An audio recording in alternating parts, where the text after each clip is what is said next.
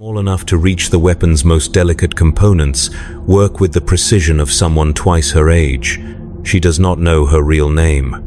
The Manufactorum overseers call her 77 Delta, and when she completes her quota of 40 weapons per day, she receives a ration bar that tastes of recycled protein and industrial lubricant. The other children in the assembly line do not speak to her. They learned long ago that friendship is a luxury that draws the attention of the taskmasters, and attention from the taskmasters means pain. This girl is 8 years old. In 3 years she will be old enough to hold the very weapons she assembles. In 5 years she will carry one into battle. In 7 years, if she lives that long, she will teach other children how to die for the Emperor. The Imperium does not call this child labor. It calls it early vocational training.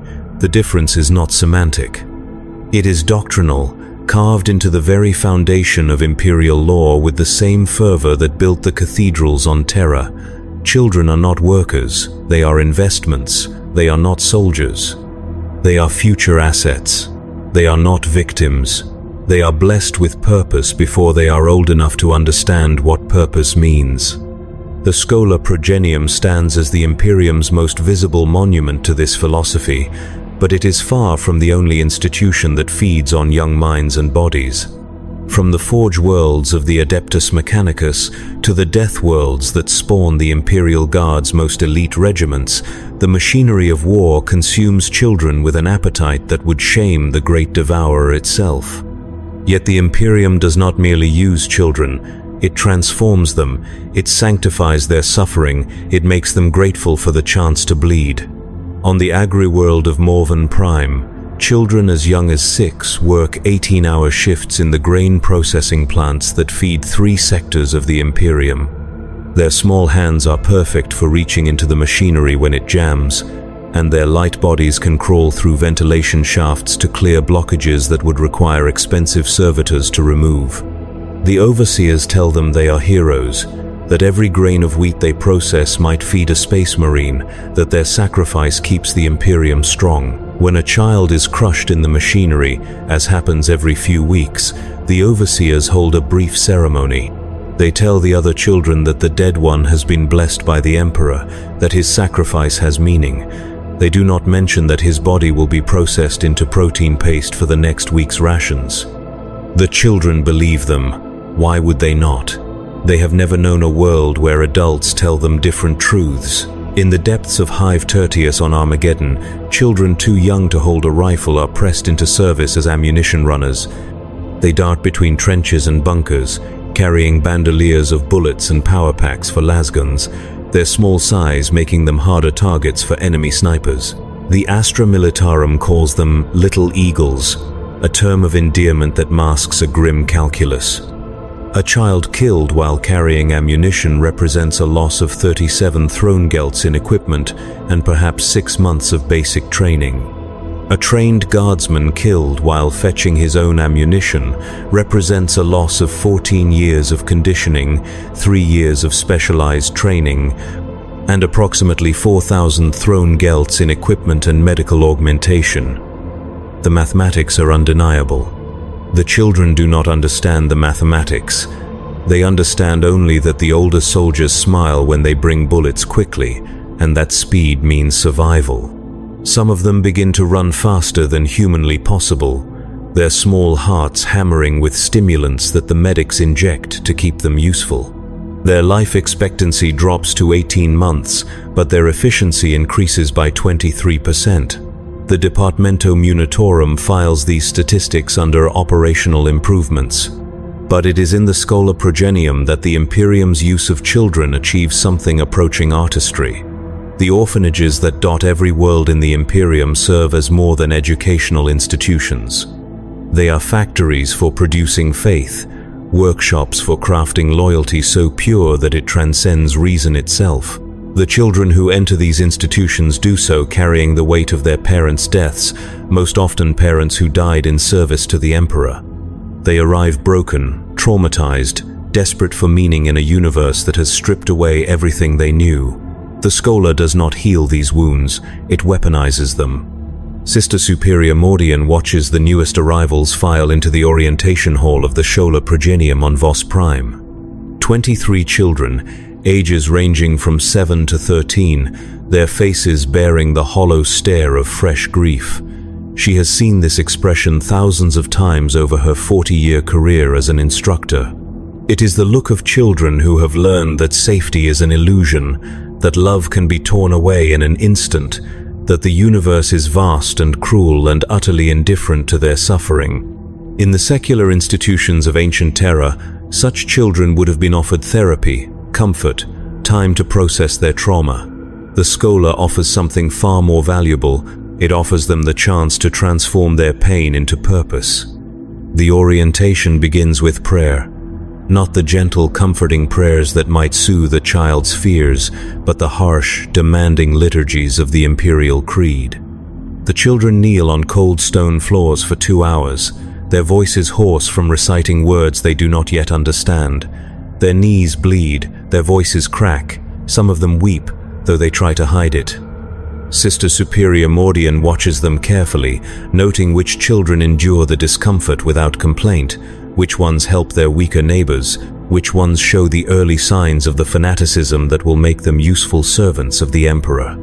After prayer comes education, though the Schola's definition of education would be unrecognizable to teachers from more civilized ages.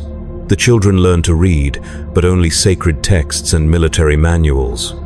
They learn mathematics, but only as it applies to calculating firing solutions and supply logistics. They learn history, but only the glorious victories of the Imperium and the bitter price of heresy. Most importantly, they learn to think of themselves not as individuals, but as components in the vast machine of Imperial glory. Their names are replaced with numerical designations. Their personal belongings are confiscated and burned. Their memories of life before the Schola are gradually eroded through careful psychological conditioning that the instructors call spiritual purification. The children adapt because children always adapt. They learn to find comfort in routine, strength in discipline, identity in service. By the time they are 10 years old, most of them cannot remember what their parents looked like. By the time they are 12, they cannot imagine wanting anything other than to serve the Emperor. By the time they are 14, they are ready to die for him without hesitation, and they consider this readiness the greatest gift they could possibly possess. Some of them are selected for the Adepta Sororitas, where their faith will be forged into a weapon as deadly as any bolter. Others join the Adeptus Arbites, where their loyalty will be used to enforce Imperial law with uncompromising brutality. A few, the most promising, are chosen for the Officio Assassinorum, where their childhood trauma will be refined into perfect, emotionless killing machines. But most of them will join the vast bureaucracy of the Adeptus Administratum, where they will spend their lives processing the paperwork that turns living beings into statistics, resources into quotas, suffering into acceptable losses. They will do this work with joy because they have been taught that there is no higher calling than to serve the Emperor, and they will never question whether the Emperor they serve bears any resemblance to the ancient figure who once walked among humanity with compassion in his heart. The transformation is not without cost. The Schola's medical records, buried deep in archives that few are authorized to access, tell a different story than the propaganda films that glorify Imperial education. Suicide rates among Schola students run 17% higher than the Imperial average. Self-harm incidents occur at a rate of 3 per day in even small facilities. Psychological breakdown, classified as spiritual weakness in official documentation, affects nearly 30% of students before graduation. These statistics are not hidden out of shame, but out of operational security. The Imperium cannot afford for its enemies to know that its most fanatically loyal servants are also its most psychologically damaged.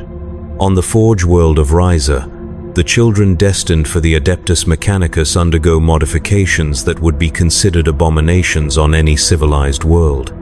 The youngest initiates, some barely out of infancy, receive their first mechanical implants before their bones have finished growing. The surgery is performed without anesthesia, not as an act of cruelty, but as a test of devotion. The children who scream are marked as weak. The children who endure in silence are marked for advancement. The children who smile during the procedure are marked for greatness. By the time these children reach adolescence, they retain little that could be called human. Their emotions have been dampened by neural implants. Their memories have been selectively edited to remove distracting experiences of love, play, or wonder. Their bodies have been systematically replaced with mechanical components that serve the Omnissiah's will more efficiently than flesh ever could.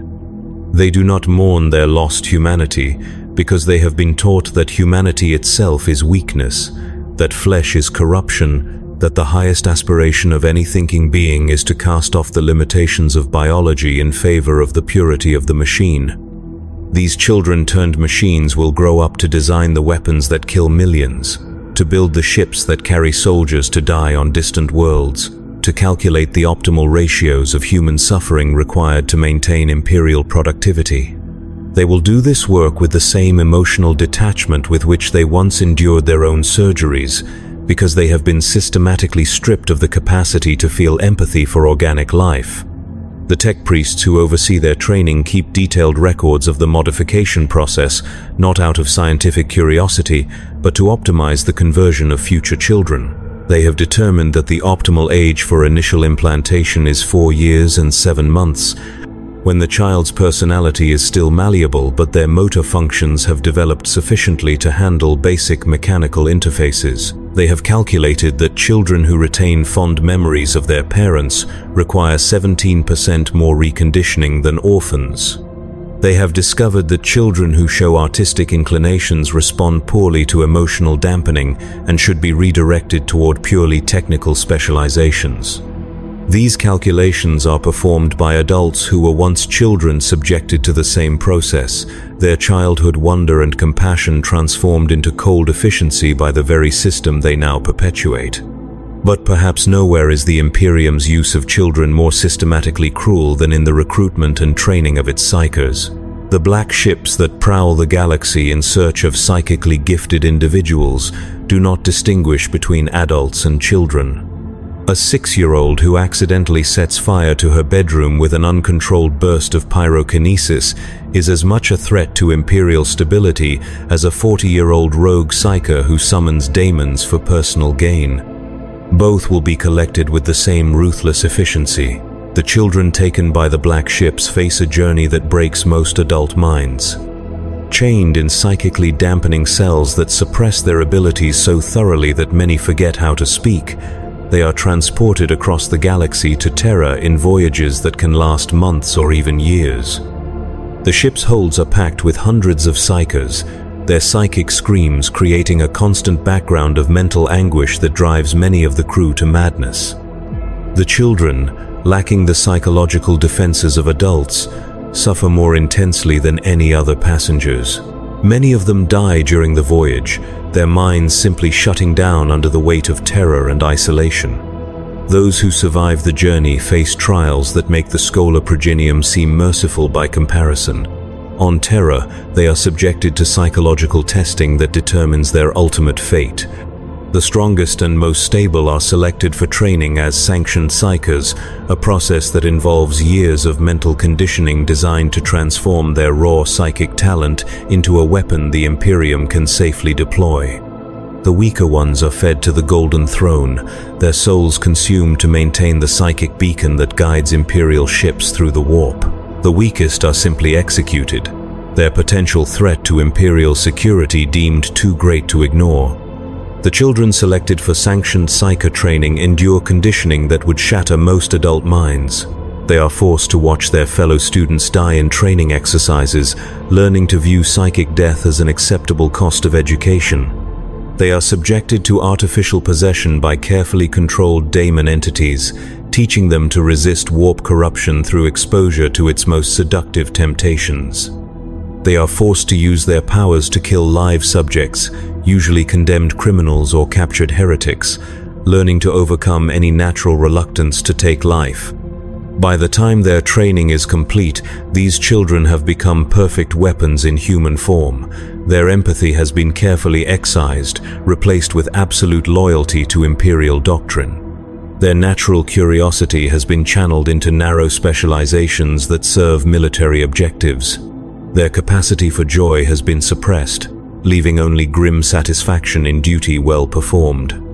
They are no longer children in any meaningful sense, though their bodies may still be young. They are tools, crafted from human raw material but shaped entirely by Imperial need.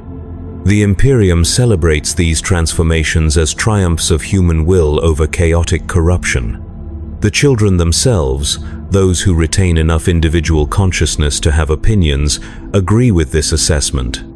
They have been taught that their suffering was necessary, that their lost innocence was a small price to pay for the privilege of serving the Emperor, that their psychological destruction was actually a form of spiritual rebirth. They believe these lessons because they have never been given any reason to doubt them. In the vast libraries of the Adeptus Administratum, clerks who were once Schola Progenium students compile reports on the efficiency of child utilization across Imperial space.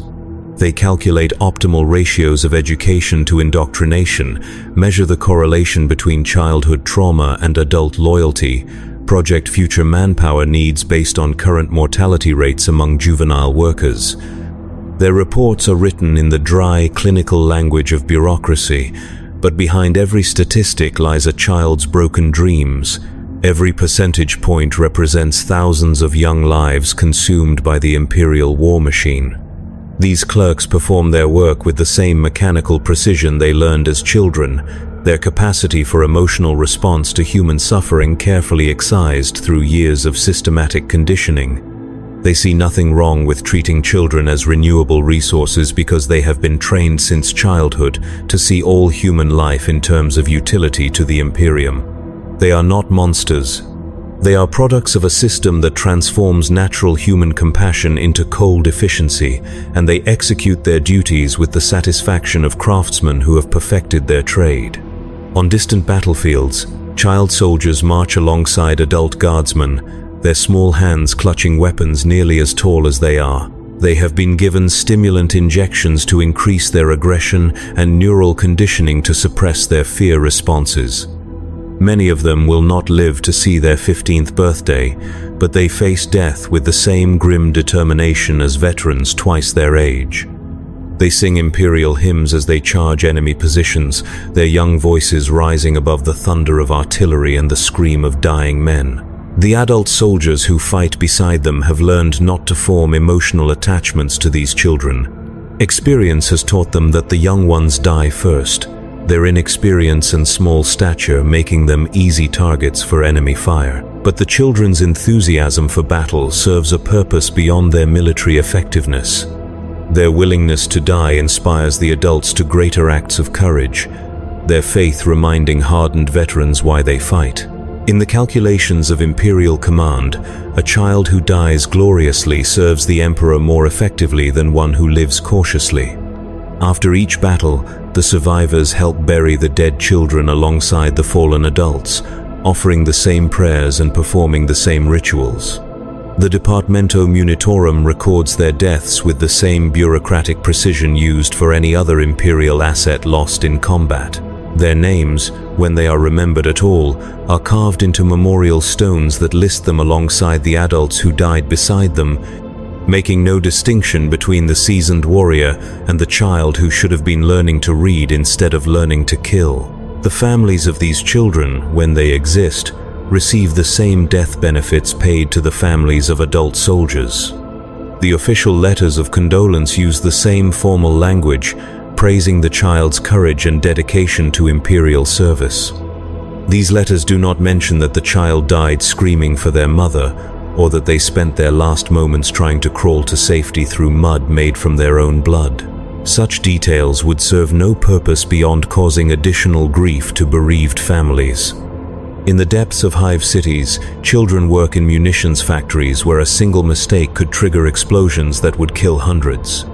Their small fingers are prized for their ability to handle the most delicate components of explosive devices, their natural agility allowing them to work faster than adult laborers. The factory overseers provide them with stimulants to keep them alert during 20-hour shifts. knowing that fatigue leads to accidents, and accidents lead to production delays that could affect supply lines across entire subsectors. The children who work in these factories develop respiratory diseases from constant exposure to toxic chemicals, nervous system damage from handling unstable compounds, and psychological disorders from the constant stress of knowing that any moment could be their last.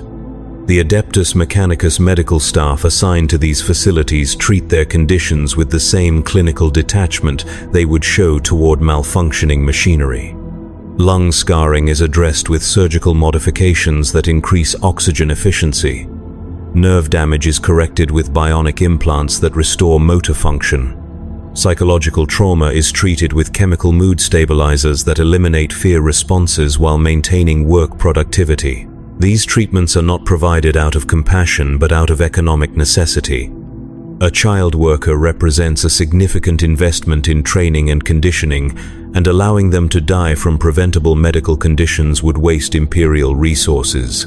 The children themselves are taught to be grateful for the medical attention, to see their modifications as gifts that allow them to serve the Emperor more effectively. Many of them do feel genuine gratitude, their understanding of their situation shaped entirely by Imperial propaganda and their lack of exposure to alternative perspectives. The most promising of these child workers are selected for advancement to supervisory positions, where they will oversee the next generation of juvenile laborers. These promoted children often display particular cruelty toward their former peers, driven by a psychological need to justify their own suffering by ensuring that others endure the same hardships. They implement productivity improvements that increase work quotas while reducing safety measures, calculating that higher mortality rates are acceptable if they result in greater overall output. The cycle perpetuates itself with mathematical precision. Children brutalized by the system grow up to become its most enthusiastic enforcers, their own traumatic experiences transformed into weapons they use against the next generation. They see no alternative to this pattern because they have never been shown one. They cannot imagine a world where children are valued for their potential rather than their immediate utility, because such a world exists nowhere in their experience. In the cathedral schools of shrine worlds, children kneel for hours in prayer while their knees bleed through worn fabric. They memorize scripture that teaches them to embrace suffering as a path to spiritual enlightenment, to view their pain as evidence of the Emperor's love rather than signs of abuse. The scars that cover their backs from ritual flagellation are worn with pride, visible proof of their devotion to Imperial doctrine. Many of them will carry these scars for the rest of their lives, constant reminders of the childhood they spent learning to worship their own pain. The priests who oversee their education were themselves raised in similar institutions, their capacity for compassion systematically destroyed through decades of indoctrination. They genuinely believe that the suffering they inflict on children is necessary for their spiritual development, that physical pain purifies the soul and prepares young minds to receive divine truth. They can recite extensive theological justifications for their practices, drawing on millennia of Imperial doctrine to support their methods. These priests keep detailed records of their students' progress, measuring spiritual advancement through tolerance for physical discomfort and enthusiasm for self-inflicted punishment. Children who show exceptional dedication to these practices are marked for advancement to positions within the ecclesiarchy, where they will spend their adult lives perpetuating the same cycle of sanctified abuse they experienced in their youth. The most gifted may even be selected for training as drill abbots, specialists in breaking down individual identity and replacing it with absolute submission to Imperial authority. The process of creating these religious authorities requires the systematic destruction of everything that makes childhood precious. Curiosity is replaced with blind faith. Creativity is channeled into elaborate forms of self-punishment.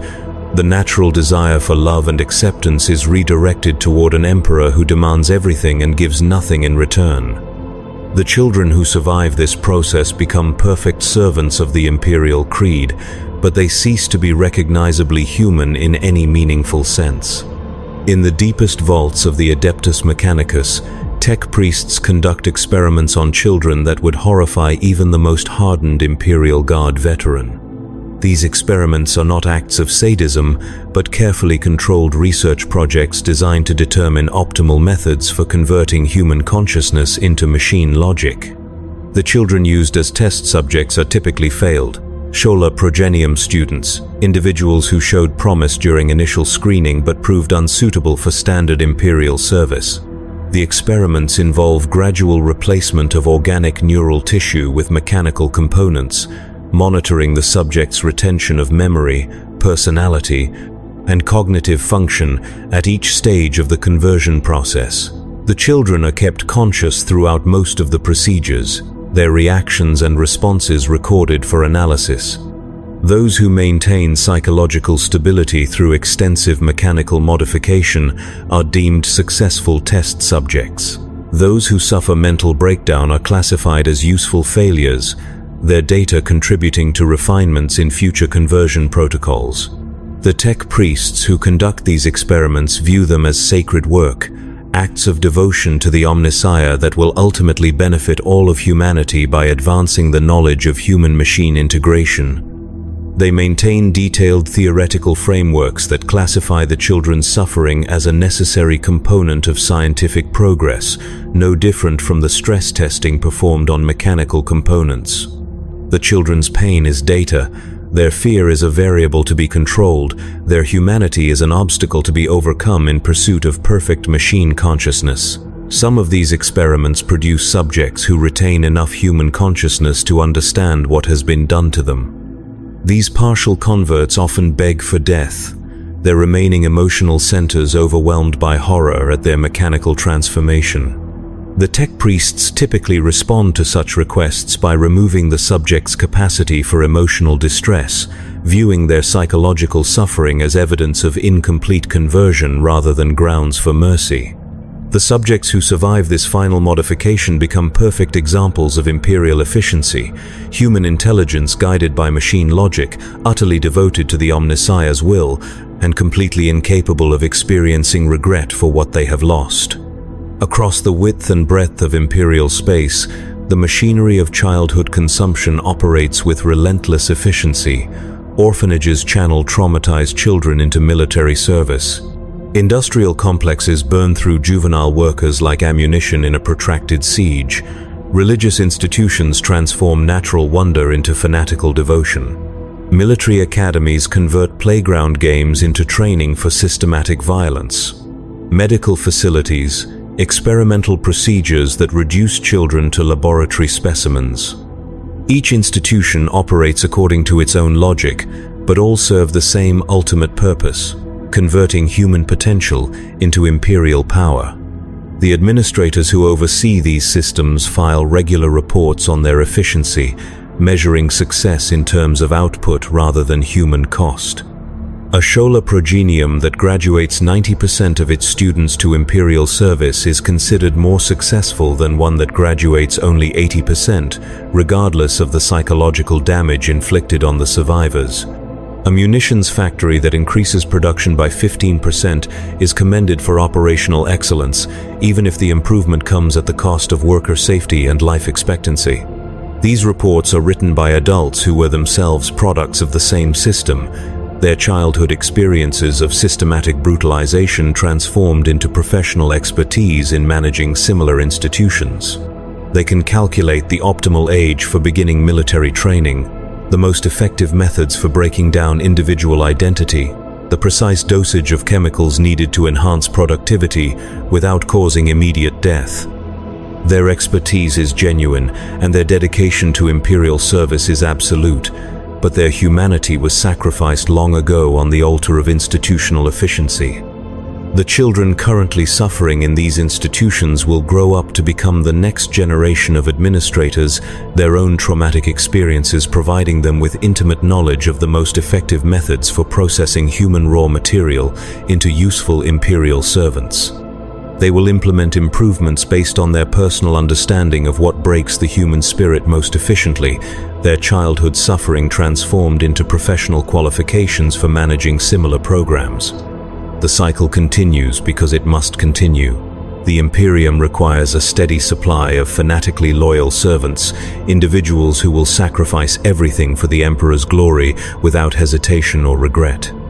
Such devotion cannot be taught to adults who retain memories of alternatives. It must be instilled in children before they develop the capacity to question the system that shapes them. The brutalization of childhood is not an unfortunate side effect of imperial necessity. It is the foundation upon which the entire structure of imperial civilization rests. In the end, the children who survive their transformation into imperial servants often express gratitude for their experiences. They have been taught to view their suffering as a gift, their lost innocence as a sacrifice that gave their lives meaning.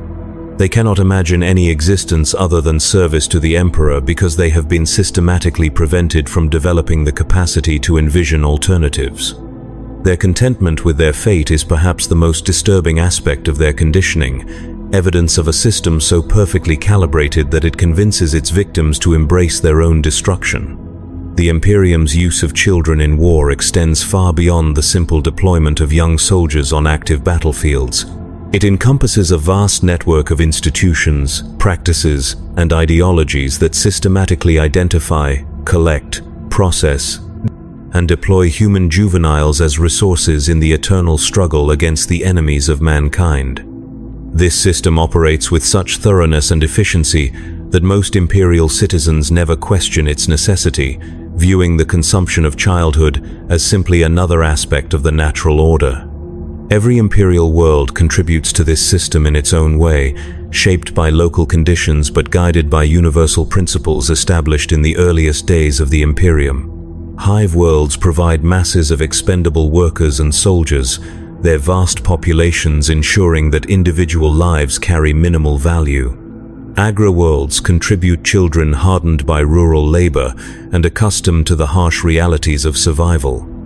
Forge worlds supply juveniles who have already begun the process of replacing flesh with machinery. Death worlds offer children who have learned to kill before they learn to read. Each world type produces its own specialized contribution to the imperial war machine, but all serve the same ultimate purpose. The Adeptus Administratum maintains detailed projections of juvenile resource availability across the Imperium, calculating expected yields from each world based on population growth, mortality rates, and recruitment quotas. These projections are updated annually, adjusted for local conditions such as planetary wars, industrial accidents, and religious festivals that might affect the supply of available children.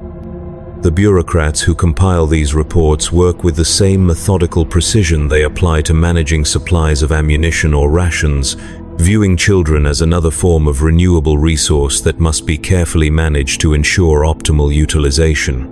Regional variations in child utilization reflect local military needs and cultural traditions. In the segmentum solar, children are more likely to be channeled into administrative roles or specialized technical positions, their education emphasizing bureaucratic efficiency and technological competence.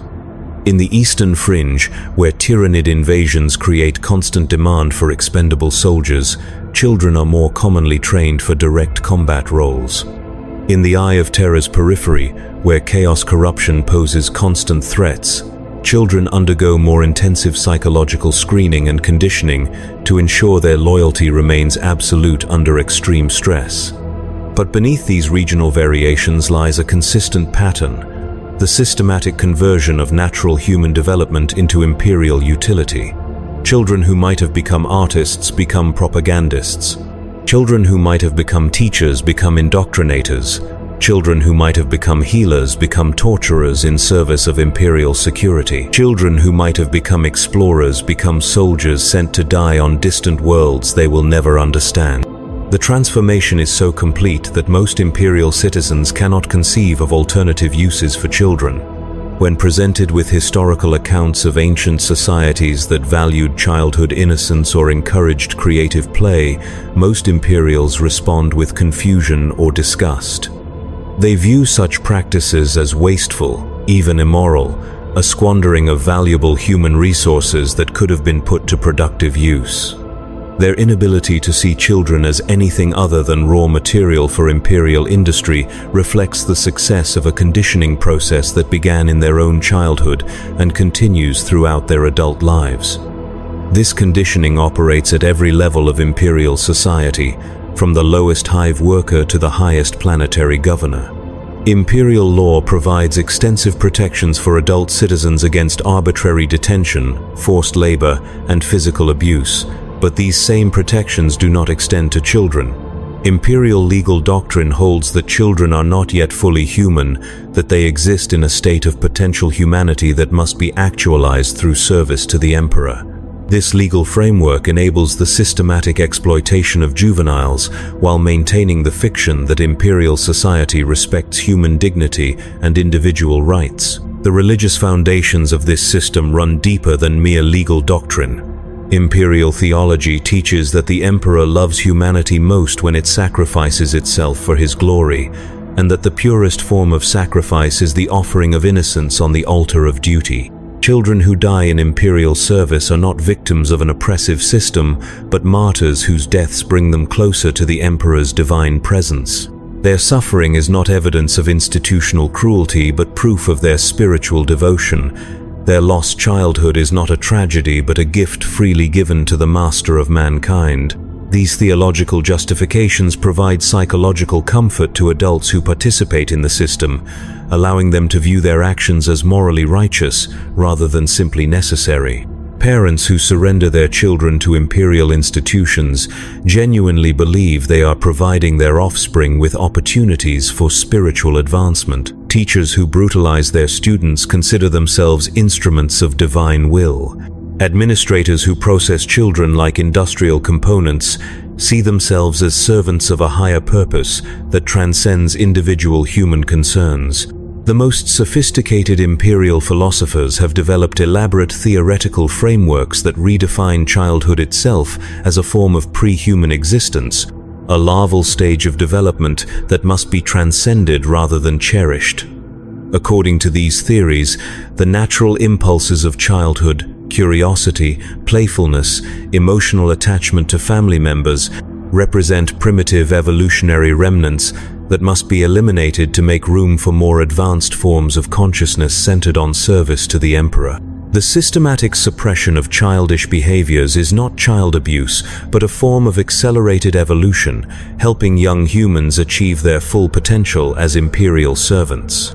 These philosophical systems are taught in Imperial universities and debated in scholarly journals, their academic respectability lending intellectual credibility to practices that would be recognized as monstrous by any objective standard. Students who show excessive interest in alternative theoretical frameworks are marked for additional loyalty screening, ensuring that questioning the fundamental assumptions of Imperial child utilization remains professionally dangerous for anyone seeking advancement within Imperial educational institutions.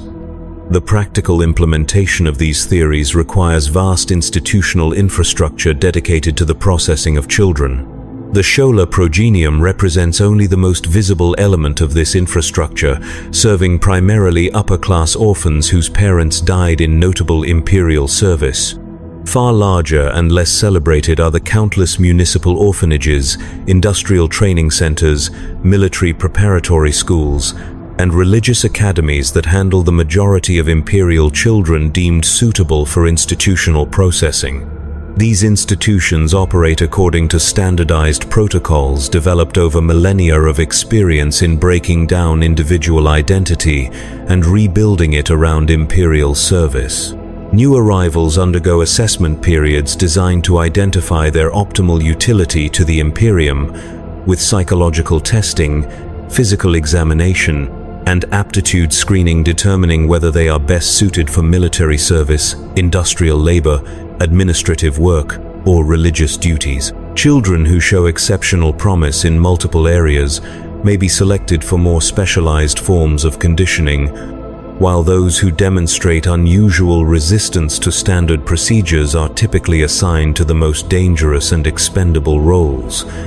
The assessment process itself serves as the first stage of conditioning, teaching children that their value depends entirely on their utility to Imperial institutions. Children learn to compete desperately for favorable assignments, understanding that failure to demonstrate appropriate skills or attitudes will result in placement in roles with minimal life expectancy. This competition destroys natural bonds of friendship and cooperation between children, replacing them with relationships based on mutual surveillance and competitive advantage seeking. Once assignments are made, the real work of transformation begins. Children destined for military service undergo physical conditioning that would be considered abusive if applied to adult soldiers. Their developing bodies pushed beyond normal limits through chemical enhancement, surgical modification, and psychological conditioning that eliminates natural fear responses. Children selected for administrative roles receive education that systematically eliminates emotional responses to human suffering, teaching them to view mass death and systematic oppression as routine aspects of efficient governance.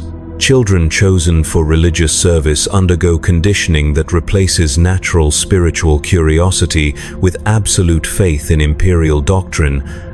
Their capacity for independent theological thought systematically eliminated through repetitive indoctrination and punishment for asking unauthorized questions. Children designated for industrial work receive training that values productivity above personal safety, teaching them to view workplace injuries and toxic exposure as acceptable costs of serving the Emperor's economic needs. Each specialization requires its own particular form of psychological conditioning, but all share common elements designed to eliminate traces of individual identity that might interfere with institutional loyalty. Children learn to think of themselves not as unique individuals with personal desires and aspirations, but as interchangeable components in the vast machine of Imperial power. Their names are replaced with numerical designations. Their personal histories are rewritten to emphasize service to the Emperor rather than family relationships or individual achievements. Their emotional responses are chemically regulated to eliminate feelings that might conflict with institutional obedience. The success of this conditioning is measured through regular testing that evaluates not just technical competence, but psychological compliance with institutional expectations. Children who show signs of retaining individual identity or emotional attachment to pre-institutional experiences are subjected to additional conditioning until these traces of personality are eliminated. Those who prove resistant to standard conditioning techniques may be subjected to more extreme measures, including surgical modification of brain tissue, chemical alteration of neural chemistry, or psychological torture designed to break down remaining traces of independent thought. The most successful products of this conditioning process often become instructors in the same institutions that shaped them, their own traumatic experiences providing them with intimate knowledge of the most effective methods for breaking down child psychology. These instructors typically display particular skill at identifying and eliminating traces of individual identity in new students, their personal understanding of the conditioning process making them exceptionally effective at replicating it in others. Adult Imperial citizens who encounter the products of these institutions often express admiration for their discipline, dedication, and selfless service to Imperial goals. They see these individuals as exemplars of proper human development, proof that the Imperial system successfully transforms raw human potential into useful social function. They do not recognize the systematic destruction of human personality that enabled this transformation because they themselves underwent similar processes that eliminated their capacity to recognize or value individual human uniqueness. The children currently undergoing this conditioning will grow up to become the administrators, instructors, and ideologues who perpetuate the system for the next generation. Their own experiences of systematic dehumanization will become professional qualifications that enable them to design and implement even more efficient methods for processing future children. The system improves continuously, not through external reform or humanitarian intervention, but through the accumulated expertise of individuals whose childhoods were sacrificed to understand the most effective methods for destroying childhood itself. The economic implications of this system extend far beyond the immediate productivity gains achieved through child labor. By ensuring that each new generation enters adulthood already conditioned for absolute obedience to imperial authority, the system eliminates the need for expensive adult police forces, extensive surveillance networks, or complex legal systems designed to manage civil disobedience. Adults who were properly processed as children require minimal supervision, governing themselves according to internalized imperial values that make external coercion unnecessary. This represents a profound economic advantage over less systematically organized societies, where significant resources must be devoted to managing adult populations that retain capacity for independent thought and resistance to governmental authority. The imperial investment in childhood conditioning pays dividends throughout each individual's adult lifetime, generating decades of productive labor and military service from persons who genuinely believe that serving the emperor represents the highest possible achievement of human existence. The Departamento Munitorum has calculated that each properly conditioned child generates approximately 14 times their processing cost in economic value over their productive lifetime, not including the additional value created by their offspring, who inherit genetic predispositions toward imperial loyalty.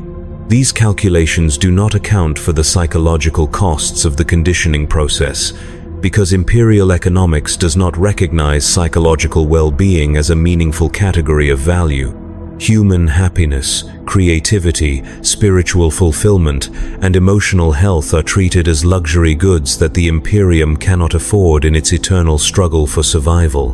Regional commanders who achieve above-average efficiency in child processing receive commendations and promotion opportunities, creating career incentives that drive continuous improvement in conditioning techniques.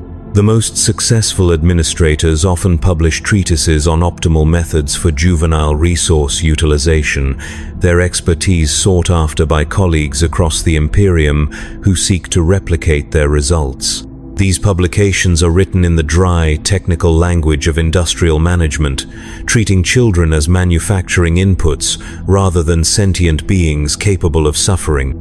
The children who will grow up to write the next generation of these treatises are currently undergoing the conditioning that will enable them to view such work as morally praiseworthy rather than fundamentally evil. They are learning to measure human value in terms of productivity metrics, to view individual suffering as acceptable when it serves larger institutional goals, to find personal satisfaction in the efficient management of systematic brutality. Their education is preparing them to perpetuate and improve upon the system that destroyed their own childhoods, ensuring that future generations will face even more sophisticated and effective forms of dehumanization. On the ocean world of Catachan 4, children too young to swim are pressed into service as deep-sea salvage workers, their small bodies allowing them to access the cramped spaces within sunken imperial vessels where valuable equipment might be recovered. They work in pressure suits that were designed for adults, the excess space filled with padding that often shifts during descent, crushing their bodies against the metal framework. The pressure changes required for deep diving cause permanent damage to their developing nervous systems, but the equipment they recover often includes rare technological components worth more than the projected lifetime earnings of dozens of adult workers. These children develop a form of religious ecstasy around their work, taught to interpret the crushing pressure of the deep ocean as the emperor's embrace and the constant risk of death as evidence of his personal attention to their service. They compete with each other to reach greater depths and recover more valuable salvage, their young minds unable to comprehend that they are being systematically murdered for economic gain. When they die, as most do before reaching adolescence, their bodies are processed into protein paste that feeds the survivors, nothing wasted in the perfect efficiency of imperial resource management. The adult supervisors who manage these operations were themselves child salvage workers, the few who survived long enough to develop the expertise necessary for managing similar programs. They can calculate optimal descent rates, predict equipment failure patterns, and estimate child life expectancy under various working conditions with mathematical precision. Their knowledge is purchased with the lives of the children they once worked beside, their expertise built upon a foundation of systematically accumulated trauma that they now inflict upon the next generation.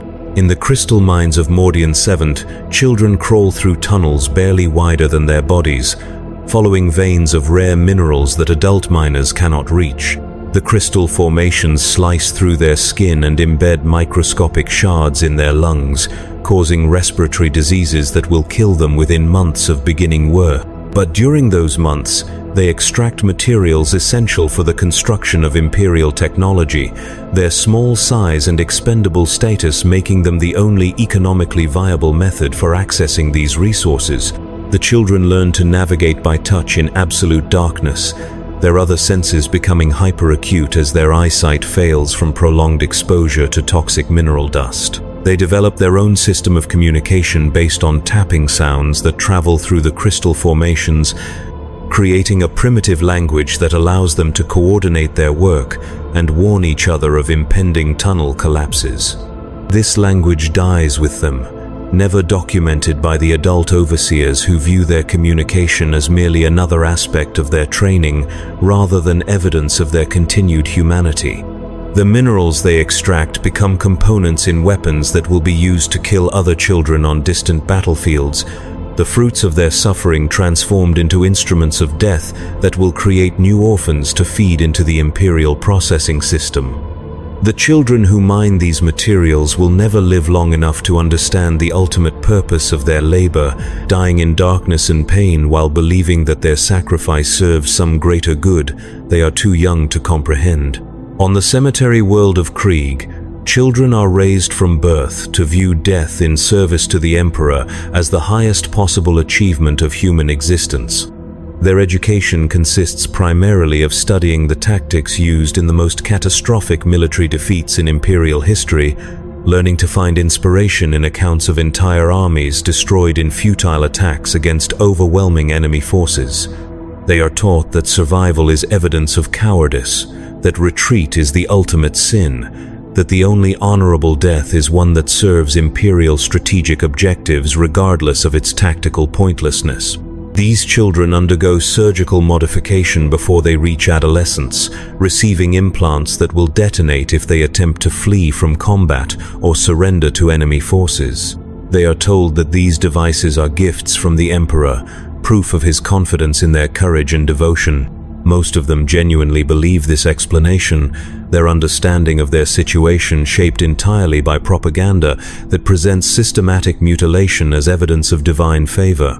The children of Krieg march to war, singing hymns that celebrate the beauty of death in Imperial service, their young voices rising above the sound of artillery and the screams of the wounded. They charge enemy positions with the same enthusiasm that children on more civilized worlds might show for games or festivals, their natural exuberance channeled into acts of systematic self-destruction.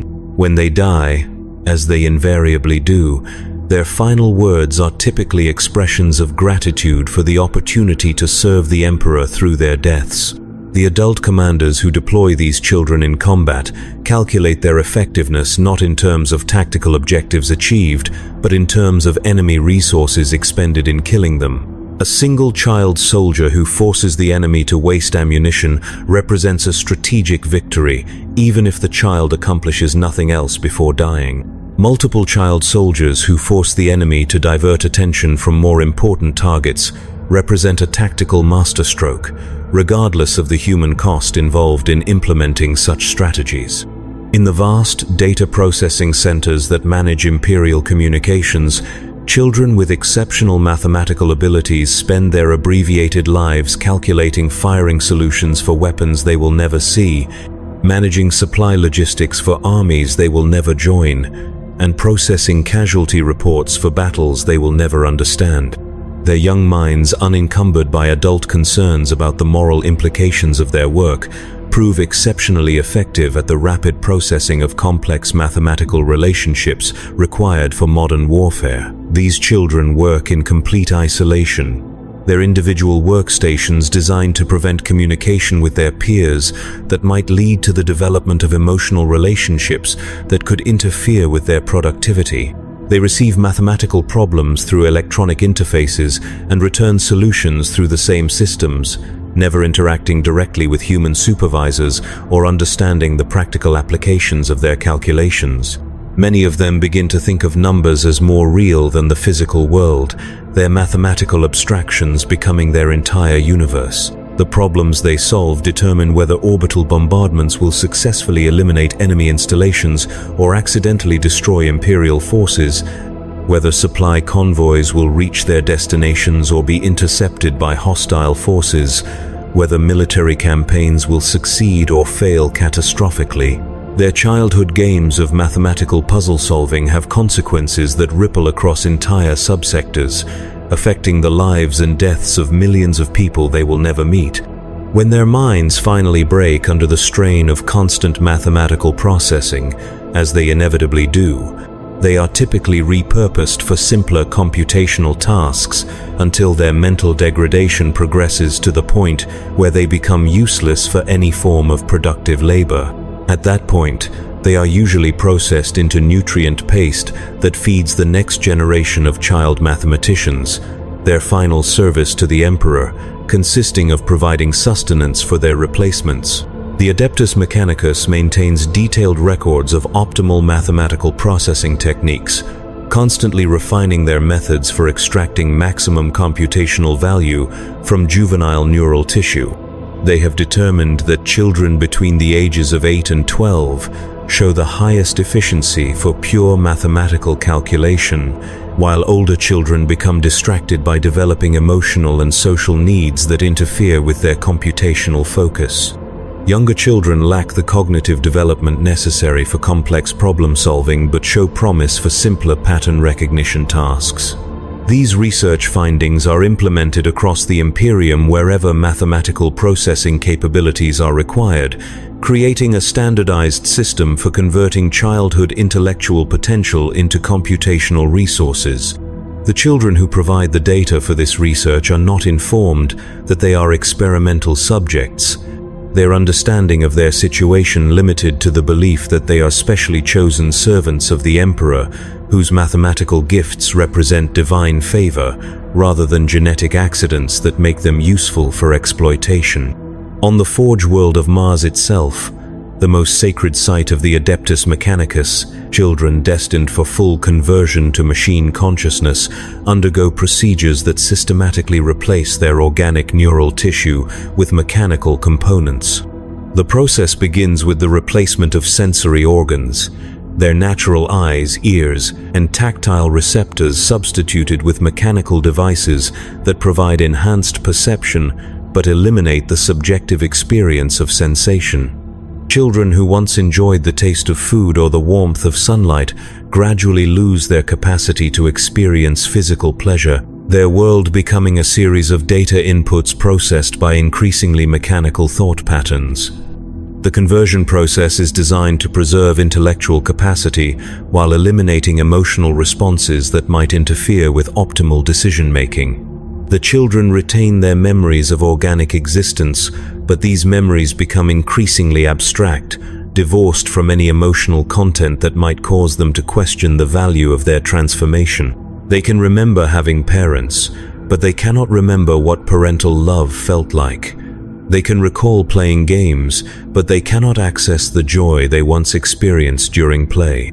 As the conversion progresses, the children begin to view their organic past as a form of primitive existence that they have transcended rather than a childhood that was stolen from them. They develop genuine enthusiasm for each stage of mechanical enhancement, their altered neural chemistry making them incapable of regretting what they have lost.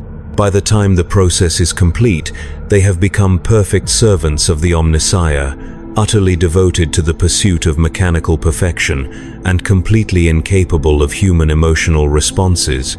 These converted children grow up to become the tech priests who design and implement the conversion procedures used on future generations, their intimate understanding of the transformation process making them exceptionally skilled at managing similar operations. They can identify optimal conversion schedules, predict psychological responses to specific procedures, and calculate the most efficient methods for eliminating residual human consciousness that might interfere with mechanical function. The irony that these experts in dehumanization were themselves victims of the same process is lost on them, their modified consciousness incapable of recognizing the tragedy of their situation. They view their childhood conversion as the most fortunate event of their existence, the moment when they transcended the limitations of organic life and achieved communion with the divine machine. Their enthusiasm for converting other children stems from genuine religious conviction rather than sadistic pleasure, making them more effective at their work than operators motivated by simple cruelty. In the training academies of the Officio Assassinorum, children selected for their exceptional potential as killers undergo conditioning that makes the Schola Progenium seem gentle by comparison. These children, typically recruited from the survivors of planetary genocides or the offspring of executed traitors, begin their training with minds already shaped by exposure to extreme violence and systematic betrayal. The Assassinorum does not need to break their innocence because they arrive already broken, requiring only guidance in channeling their trauma into useful skills. The training begins with lessons in emotional suppression, teaching the children to identify and eliminate any traces of empathy, compassion, or moral restraint that might interfere with their effectiveness as killers. They are forced to torture and kill animals, then fellow students who fail to meet performance standards, gradually desensitizing them to violence until taking life becomes as natural as breathing. Those who show signs of emotional distress during these exercises are subjected to chemical conditioning that permanently alters their brain chemistry, eliminating their capacity for normal human emotional responses. Advanced students learn to mimic emotional responses they no longer feel, developing skills in social manipulation that allow them to blend into civilian populations while maintaining their ability to kill without hesitation or regret. They study human psychology not to understand or connect with other people, but to identify weaknesses they can exploit in pursuit of their assassination targets. Their education in human nature serves only to make them more effective at destroying the humans they are sent to eliminate. The children who survive this training become living weapons, utterly loyal to Imperial authority and completely incapable of moral qualms about their assignments. They can kill political dissidents, rival nobles, suspected heretics, or anyone else designated as a threat to Imperial stability with the same emotional detachment they might show toward routine maintenance tasks. Their childhood experiences of systematic dehumanization have prepared them perfectly for careers spent systematically dehumanizing others through violence. The Assassinorum keeps detailed psychological profiles on all successful graduates, studying their mental conditioning to identify techniques that can be applied to future training programs. They have determined that children who witness the deaths of their parents show higher aptitude for assassination work than those who are simply removed from their families through bureaucratic processes. Children who survive extended periods of torture demonstrate superior resistance to interrogation techniques that might be used against them during covert operations. This research is conducted with the same clinical detachment that characterizes all Imperial studies of human psychology, treating the systematic brutalization of children as a necessary component of scientific inquiry rather than evidence of institutional sadism. The researchers who compile this data were themselves products of similar training programs, their own traumatic childhoods, providing them with personal insight into the most effective methods for destroying human emotional development. Across every level of Imperial society, the consumption of childhood continues with relentless efficiency. In the highest spires of noble families, children are conditioned to view other humans as resources to be exploited rather than individuals deserving of consideration. In the deepest underhive settlements, children learn to kill for scraps of food and consider such violence a normal aspect of human interaction. In the void ships that travel between stars, children work in the most dangerous sections of the vessel. Their small bodies, expendable assets used to maintain systems that would be too costly to repair through conventional means.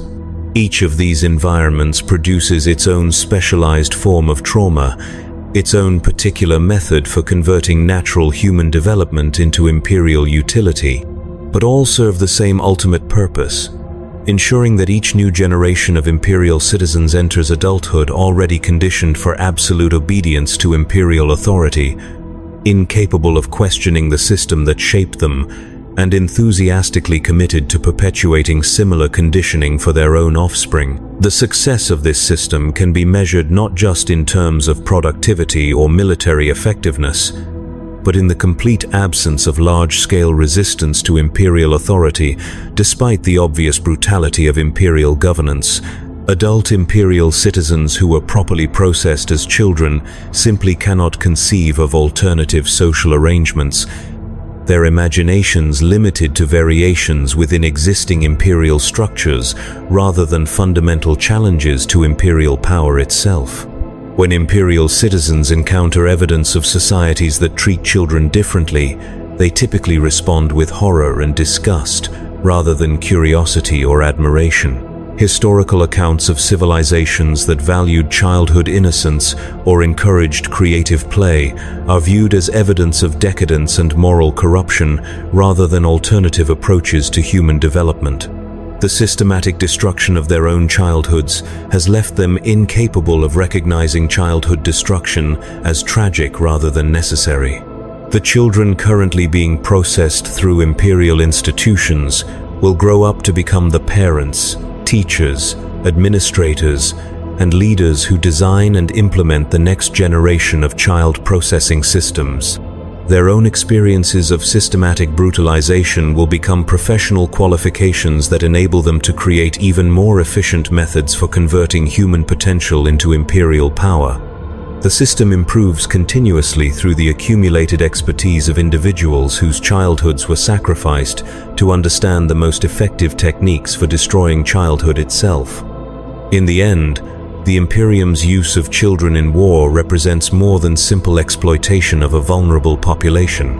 It represents the systematic transformation of human development itself into a weapon of social control, ensuring that each new generation enters adulthood already shaped by the very system they will spend their lives perpetuating. The children who suffer in imperial institutions are not merely victims of imperial brutality, they are the raw materials from which imperial brutality continuously recreates itself. Their innocence, the fuel that powers a machine designed to eliminate innocence from human existence entirely. The process is so thorough and so successful that most imperial citizens never recognize it as a process at all. They view the systematic brutalization of children as simply the natural order of things, as inevitable as gravity or death.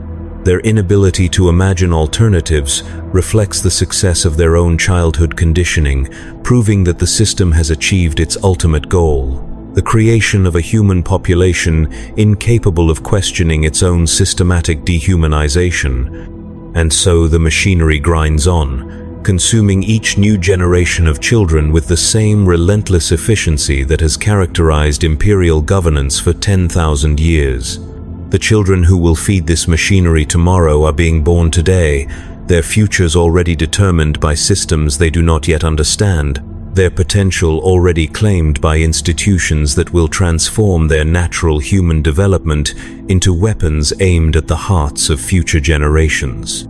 The Imperium has found the perfect solution to the problem of human resistance to authority: eliminate the capacity for resistance during childhood before it can fully develop. The result is a civilization that maintains absolute political stability through the systematic sacrifice of everything that makes human life worth living, a society that has achieved perfect order by destroying the human capacity to recognize that such order might not be worth its cost. In the silence between the screams of dying children and the prayers of grateful survivors, the truth echoes with perfect clarity. The Imperium does not merely use children in war. It transforms childhood itself into a battlefield, and on that battlefield, innocence never stands a chance.